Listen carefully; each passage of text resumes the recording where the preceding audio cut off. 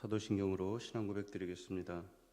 전능하사 천지를 만드신 하나님 아버지를 내가 믿사오며 그 외아들 우리 주 예수 그리스도를 믿사오니 이는 성령으로 잉태하사 동정녀 마리아에게 나시고 본디오 빌라도에게 고난을 받으사 십자가에 못 박혀 죽으시고 장사한 지 사흘 만에 죽은 자 가운데서 다시 살아나시며 하늘에 오르사 전능하신 하나님 우편에 앉아 계시다가 저리로서 산자와 죽은 자를 심판하러 오시리라. 성령을 믿사오며 거룩한 공예와 성도가 서로 교통하는 것과 죄를 사하여 주시는 것과 몸이 다시 사는 것과 영원히 사는 것을 믿사옵나이다. 아멘. 찬송가 420장입니다.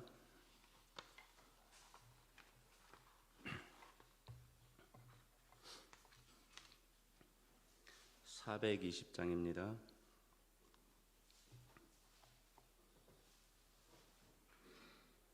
너 성결케 위에 늘 기도하며 너 주 안에 있어 늘 성경 보고 온 형제들 함께 늘 사귀면서 일하기 전마다 너 기도하라. 너 성결케 위에 내 머리 숙여 저 은밀히 계신 내 주께 빌라. 주 사귀어 살면 주 닮으리니 널 보는 이마다 주 생각하리. 너 성결케 위에 주 따라가고 일 다급하여도 당황치 말고 참 즐거울 때나 또 슬플 때나 너 주님만 믿고 늘 따라가라. 너 성결케 위에 늘 기도하며 내 소원을 주께 다 맡기어라. 너 성령을 받아 주 섬겨 살면 저 천국에 가서 더 잘 섬기리. 3절입니다. 너 성결케 위에 주 따라가고 일 다급하여도 당황치 말고 참 즐거울 때나 또 슬플 때나 너 주님만 믿고 늘 따라가라. 너 성결케 위에 늘 기도하며 내 소원을 주께 다 맡기어라. 너 성령을 받아 주 섬겨 살면 저 천국에 가서 더 잘 섬기리. 아멘. 데살로니가전서 4장 1절부터 8절 말씀입니다. 데살로니가전서 4장 1절부터 8절입니다.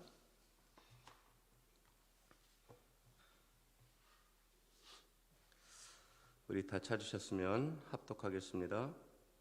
그러므로 형제들아 우리가 끝으로 주 예수 안에서 너희에게 구하고 권면하노니 너희가 마땅히 어떻게 행하며 하나님을 기쁘시게 할 수 있는지를 우리에게 배웠으니 곧 너희가 행하는 바라 더욱 많이 힘쓰라. 우리가 주 예수로 말미암아 너희에게 무슨 명령으로 준 것을 너희가 아느니라. 하나님의 뜻은 이것이니 너희의 거룩함이라.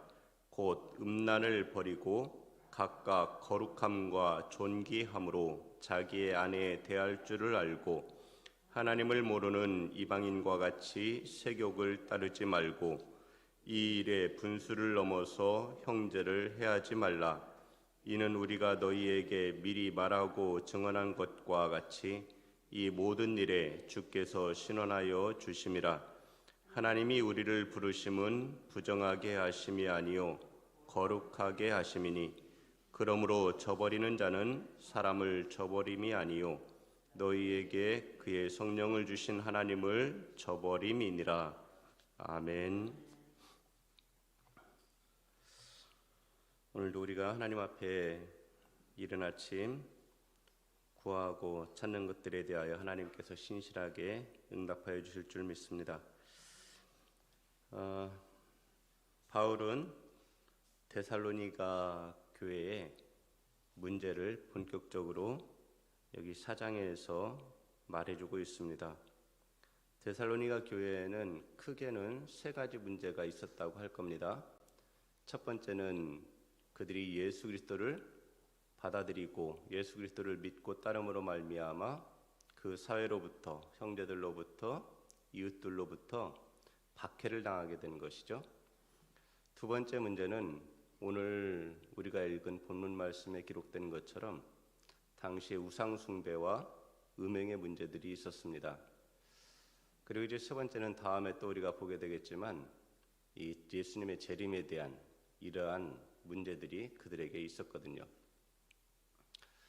그 가운데에서도 오늘 우리가 읽은 이 말씀에 나타나는 음행의 문제는 그 당시의 시대상에서 보게 되면은 이것은 그냥 사람들이 생각할 때 일반적으로 누구나 다 그렇게 하는 것 이렇게 여길 정도로 그 시대의 음행의 문제는 그 시대로 보면 문제가 아니라 그냥 어떤 관습과도 같은 그리고 누구나 하는 것 일상화된 이러한 것으로 여기고 있었다는 것이 실은 기독교인들에게는 문제였죠. 그 데살로니가에 있는 그 사람들이 예수님을 믿기 전에는 그들도 마찬가지의 그러한 생활 가운데 있었습니다. 우리가 역사적으로 보게 되면 이 고대의 그리스나 아니면 로마, 바벨론 이러한 곳에 이 음행의 문제들은 신전의 여사제와의 그러한 관계 속에서 일반적인 사회 현상으로까지 나타나게 된 그러한 모습이었습니다. 보통 남자는 생산의 능력이라고 하는 것이 실은 없는 것이죠. 그리고 여성들에게는 자녀를 낳을 수 있는 그러한 특권이 실은 주어져 있는 것입니다.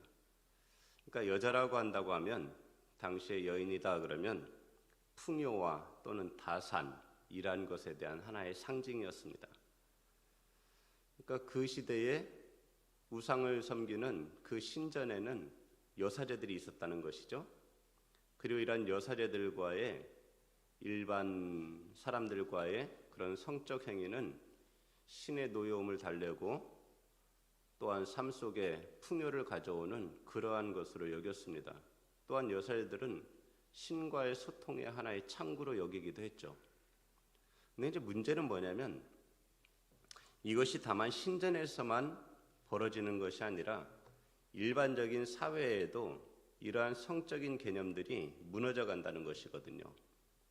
그렇게 성이라고 하는 것이 누구나와 할 수 있는 것으로 여겨지게 되면은 일반 사회에도 그러한 일이 나타날 수밖에 없게 되는 것입니다. 우리나라에도 요즘 성적인 문제들이 많잖아요, 그죠? 이 나라도 이전에는 간통죄라는 게 있었잖아요. 그런데 2015년도에 이 간통죄가 폐지가 되었습니다. 간통죄가 폐지가 되고 나서 실은 이 성적인 문란함이 우리나라에도 만연하게 되는 그러한 현상을 가져오고 있는 것이죠. 젊은이들 가운데에서도 실은 이러한 성적인 것이 이 고귀하고 또 고결한 것으로 여겨지지 아니하고 그냥 성이라고 하는 것이 하나의 쾌락처럼 여겨지는 그러한 시대가 오늘날의 현실인 것입니다.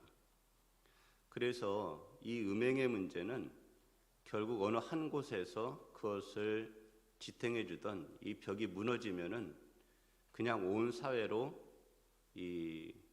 퍼져가는 것이 너무나 당연한데요. 그 이유가 뭐냐면 사람에게는 그러한 이 정욕이라고 하는 것이 다 있단 말이죠.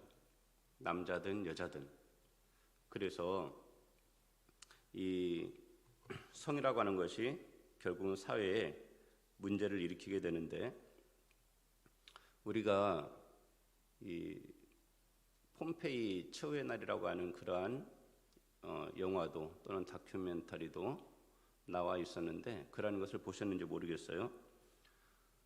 폼페이가 멸망을 당했잖아요. 화산으로 인해서 79년 8월 24일에 이 베수비오 산에 화산 폭발이 일어나면서 그곳에서 거의 한 10km 정도 떨어진 그 폼페이에 화산재가 덮이면서 폼페이가 멸망을 했습니다.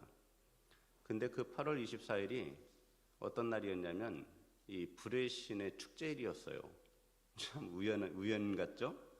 우연히도 그 불의 신의 불카누스라고 하는 불의 신의 축제일 그날에 베수비오 화산 폭발이 있었던 것입니다. 그리고는 폼페이가 역사 속에서 사라졌죠.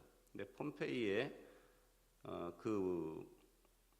나중에 발굴이 되면서 그 시대 그 모습을 보게 되면은 폼페이라고 하는 것이 휴양 도시였는데 결국 그곳에 성적인 문란함이 그 화산재에 덮여 있었는데 발굴되면서 드러나게 되죠. 그래서 그 시대에도 이러한 성적인 문제들이 매우 심각했음을, 그리고 그것이 보편화되어 있었음을 우리에게 보여주는데, 그것이 교회 안에도 당연히 나타날 수밖에 없었죠. 더군다나 데살로니가 교회 교인들은 이제 예수님을 믿은 지 불과 얼마 되지 않았던 것이죠. 얼마 되지 않았으니 아직까지 그들 안에 이러한 음행의 문제가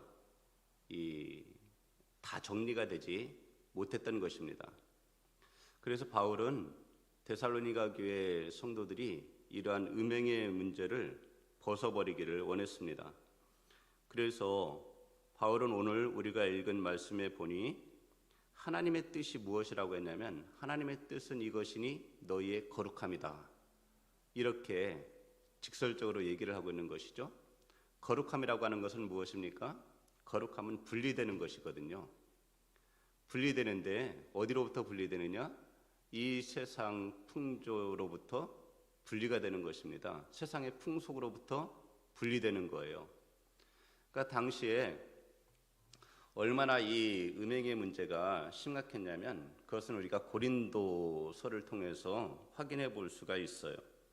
바울이 고린도 교회에 보내는 편지에서도 음행의 문제를 다루고 있는데, 고린도전서 5장에 보면은 너희 중에 심지어 음행이 있다함을 들으니 그런 음행은 이방인 중에서도 없는 것이라, 그러면서 무슨 문제를 얘기했냐면 누가 그 아버지의 아내를 취하였다 하는도다.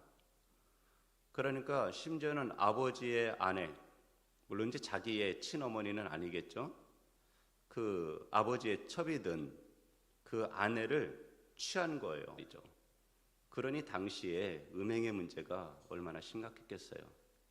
참으로 그러한 문제들이 이 데살로니가 교회에도 일어날까봐 바울이 그것에 대해서 경계의 말씀을 주고 있고, 또 그러한 일이 그들에게 계속해서 발생할까봐 바울은 그것을 경계하고 있습니다. 그래서 당시의 시대상이 이러한 것이라는 거죠. 하나님을 모르는 이방인들이 어떻게 했냐면 세욕을 따랐다 이렇게 말하고 있잖아요. 5절에 그래서 하나님을 모르는 이방인과 같이 세욕을 따르지 말고 이렇게 말합니다. 세욕을 따르지 않는 그 비결에 대해서 바울은 그 앞에 4절에서 말하는데 뭐라고 말을 하고 있냐면 각각 거룩함과 존귀함으로 자기의 아내 대할 줄을 알고, 그러니까 자기의 아내를 존귀하게 대한다 그러면 어떻게 또 다른 그러한 다른 사람의 아내나 다른 사람의 이 여인들을 취하는 그러한 행위를 할 수가 있겠습니까? 그래서 바울은 자기의 아내에 대할 때 거룩함과 존귀함으로 자기의 아내를 대하라고 그렇게 말하고 있습니다. 우리가 거기 각주를 보게 되면 여기에서 이제 자기의 아내에 대할 줄 알고 되어 있는 이 부분에 대해서 또 뭐라고 했냐면 자기 몸을 절제할 줄 알고 이렇게 번역을 한 그러한 성경이 있단 말이죠.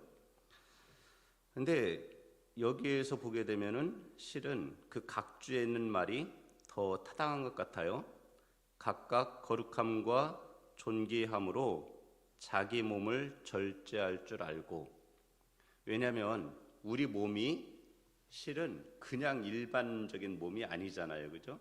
우리 몸이 어떤 몸이냐면 우리 몸은 성령에 거하시는 전이란 말이죠. 그래서 바울은 고린도전서 6장에서는 이렇게 말하고 있습니다. 15절 이하에 너희 몸이 그리스도의 지체인 줄을 알지 못하느냐. 내가 그리스도의 지체를 가지고 창녀의 지체를 만들겠느냐. 결코 그럴 수 없느니라. 이렇게 말하고 있습니다. 창녀와 합하는 자는 그와 한 몸인 줄을 알지 못하느냐. 주와 합하는 자는 한 영이니라.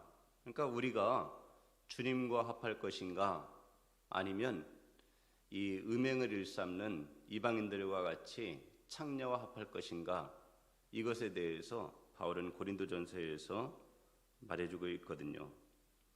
그러면서 고린도서에서도 바울은 이렇게 말합니다. 음행을 피하라. 사람이 범하는 죄마다 몸 밖에 있거니와 음행하는 자는 자기 몸의 죄를 범하느니라. 너희 몸은 너희가 하나님께로부터 받은 바 너희 가운데 계신 성령의 전인 줄을 알지 못하느냐? 너희는 너희 자신의 것이 아니라 값으로 산 것이 되었으니 그런즉 너희 몸으로 하나님께 영광을 돌리라. 이렇게 바울은 고린도전서 6장에서 말해주고 있습니다. 데살로니가 교회는 바울이 새 안식일 동안에 회당에서 복음을 전하면서 세워지게 된 그러한 교회잖아요. 그리고 딴 바울이 곧바로 떠나게 되어서 에베소 교회처럼 3년 동안 목회하는 그러한 교회가 아니었습니다. 그러니 당시에 바울의 가르침을 따라서 그들이 예수님을 믿기로 결심했지만 실은 그들의 이전의 삶의 행위의 모습들은 그냥 그것이 일반화된 줄 알고 다시금 돌아갈 수도 있는 그러한 상황 가운데 있었기에 바울은 데살로니가 교회 성도들에게 편지를 하면서 그들이 음란을 버리라고 말하고 있는 것입니다.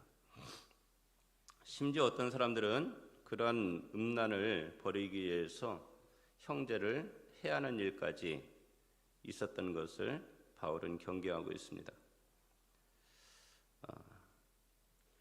그리고 바울은 하나님께서 우리를 부르신 그 부르심이 우리가 부정하게 하심이 아니라 거룩하게 하심이라고 말하고 있죠.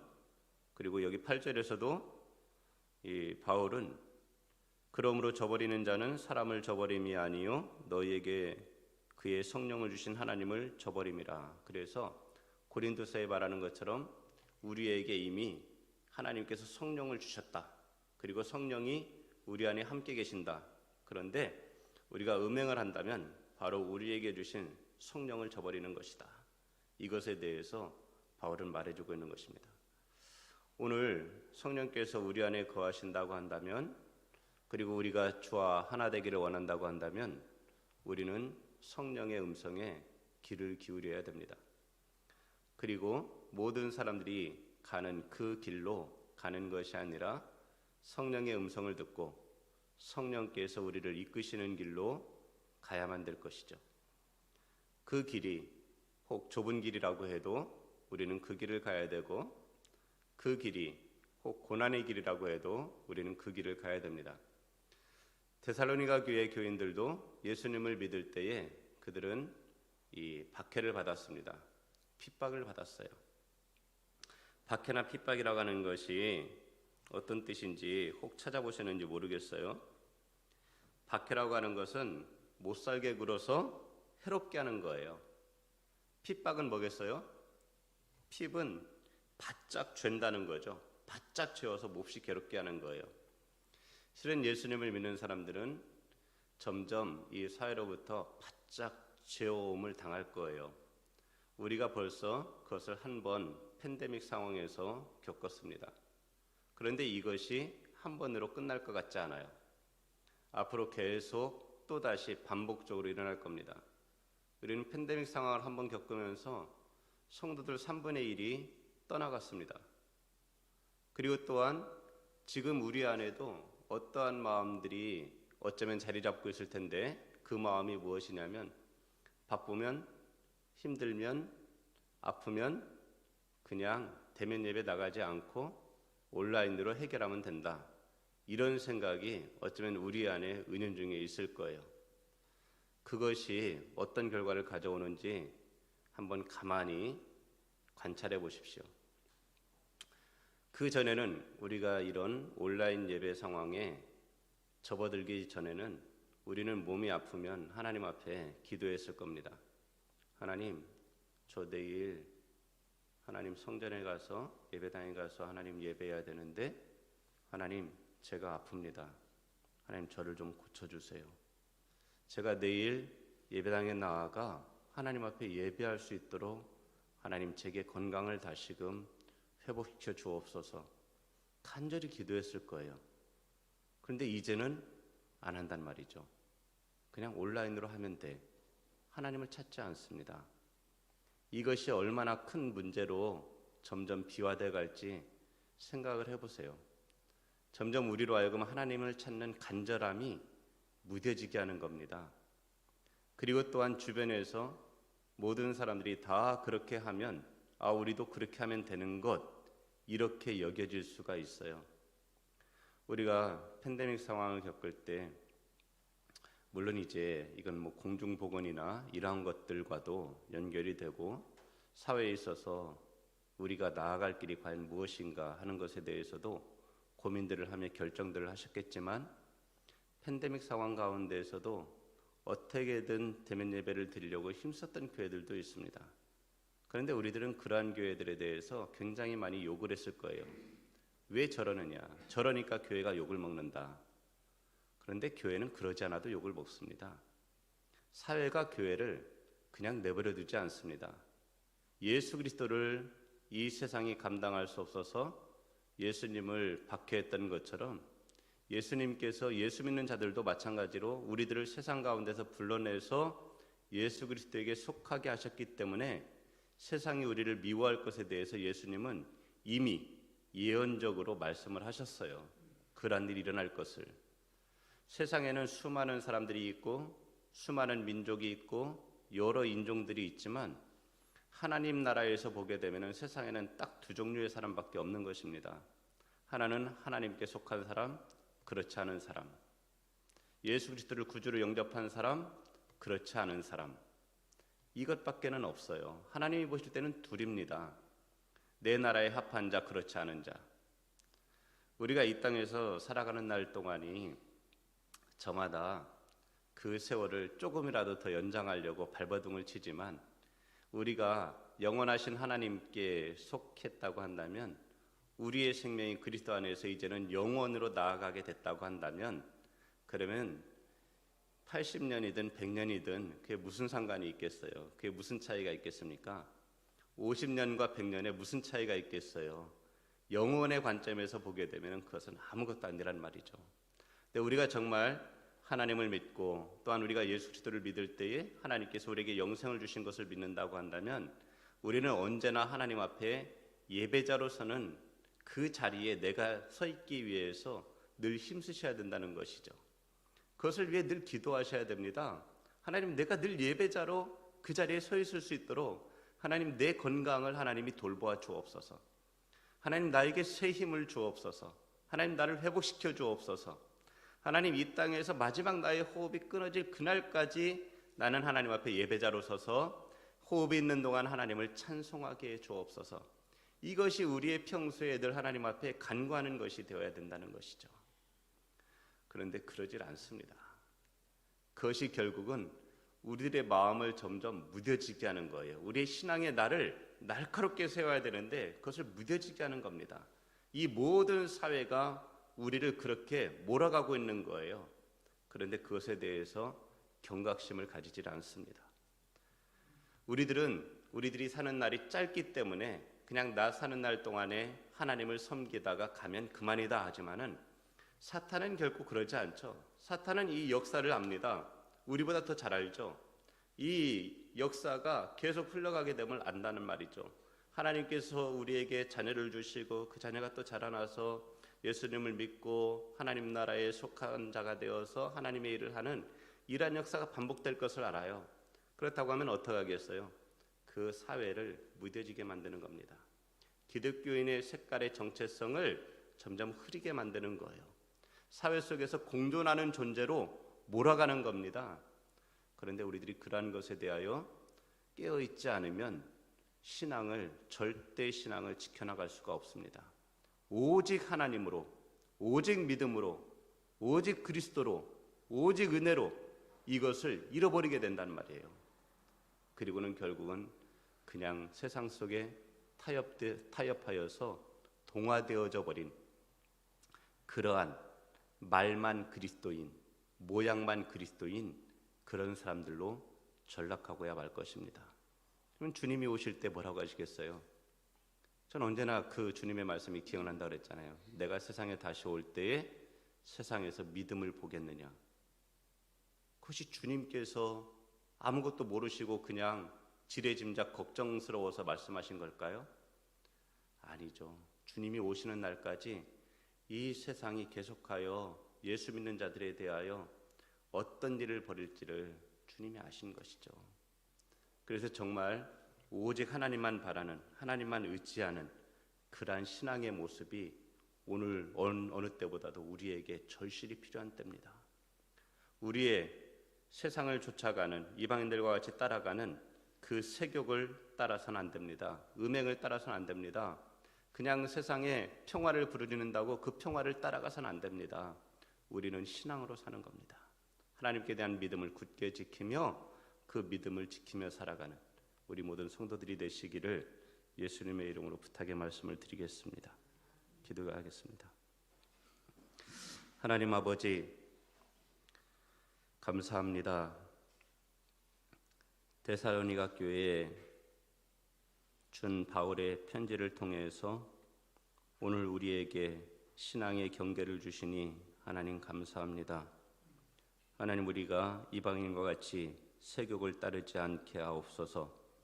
이방인들과 같이 그냥 공존, 평화를 부르짖는 것이 아니라 우리는 오직 그리스도께서 세상 가운데서 불러내서 그리스도에게 속하게 하셨으니 그리스도를 따르는 자들이 되게 하여 주옵소서. 더욱더 우리가 거룩함에 힘쓰는 하나님의 사람들이 되게 하여 하나님의 뜻을 이루는 참된 성도들이 되게 하여 주옵소서. 예수님의 이름으로 기도드립니다. 아멘. 하늘에 계신 우리 아버지여, 이름이 거룩히 여김을 받으시오며 나라의 마옵시며 뜻이 하늘에서 이룬 것 같이 땅에서 이루어지이다. 오늘날 우리에게 일용할 양식을 주옵시고 우리가 우리에게 죄 지은 자를 사하여 준 것 같이 우리 죄를 사하여 주옵시고 우리를 시험에 들게 하지 마옵시고 다만 악에서 구하옵소서. 대개 나라와 권세와 영광이 아버지께 영원히 싸움나이다. 아멘. 오늘 우리 같이 기도하실 때에 한참 남은 줄 알았는데 이제 이번 주 토요일이 저희 계획하는 헌당 예배일입니다. 하나님 앞에 온전히 감사로 헌당 예배 올려드릴 수 있도록, 그래서 하나님께 헌당할 수 있도록 하나님 남은 시간 일정들도 하나님께서 인도해 주옵소서. 그래서 온전히 하나님께 온전한 봉헌할 수 있도록 하나님 역사에 주옵소서. 기도해야 되겠습니다. 그리고 17일에 있을 홈커밍 데이를 위해서도 기도해 주시기 바랍니다. 준비 중에 있는데 모든 것이 순적하게 잘 진행되고, 또한 초청하고자 하는 이들의 마음이 열려서 모두 다 함께 나와 함께 즐거워하며 하나 되는 시간 되게 해달라고 위해서 기도해 주시기 바랍니다. 우리 세워주신 담임 목사님, 신하철 목사님의 영육간의 강건함을 위해서 성령 충만함으로 목양의 사역 잘 감당하시도록 위해서 기도해 주시고, 또한 질병으로 인해서 투병 중에 있는 우리 성도들도 있습니다. 또 회복 중에 있는 성도들도 있습니다. 위에서 기도해 주시기 바랍니다. 온전한 회복이 일어나도록, 또한 투병하는 중에 하나님의 얼굴을 배웠고 치료의 하나님, 치료하시는 여호와로 말미암아 그들이 다시금 회복하여 일어날 수 있도록 하나님의 응답이 그들 가운데 나타나도록 위에서 기도해 주시기 바랍니다. 그리고 자라나는 우리 다음 세대를 위해서 기도해 주시고요. 또한 나라와 민족을 위해서, 또 우리 저 북한의 동포들을 위해서도 기도해 주시기 바랍니다. 복음을 전하시는 선교사님들을 위해서 기도해 주시고, 우리 협력하는 교회도 목사님들 성령 충만함으로 목양의 사역 잘 감당하고 교회가 주의 뜻을 이루어드리는 주님 기뻐하시는 교회 되도록 위해서 기도하여 주시기 바랍니다. 우리 같이 주여 삼창하시고 통성으로 기도하겠습니다. 주여, 주여, 주여. 살아계신 하나님 아버지, 참 감사합니다. 오늘도 우리에게 하나님 앞에 이처럼 기도할 수 있는 하나님 이 자리에, 이 시간에, 이곳에 있게 하여 주시니 하나님 감사드립니다. 하나님 아버지, 저희들이 언제나 하나님의 기쁘신 뜻을 따라 하나님 앞에 온전히 기도하며 나아가는 복된 믿음의 성도들이 되게 하여 주옵소서.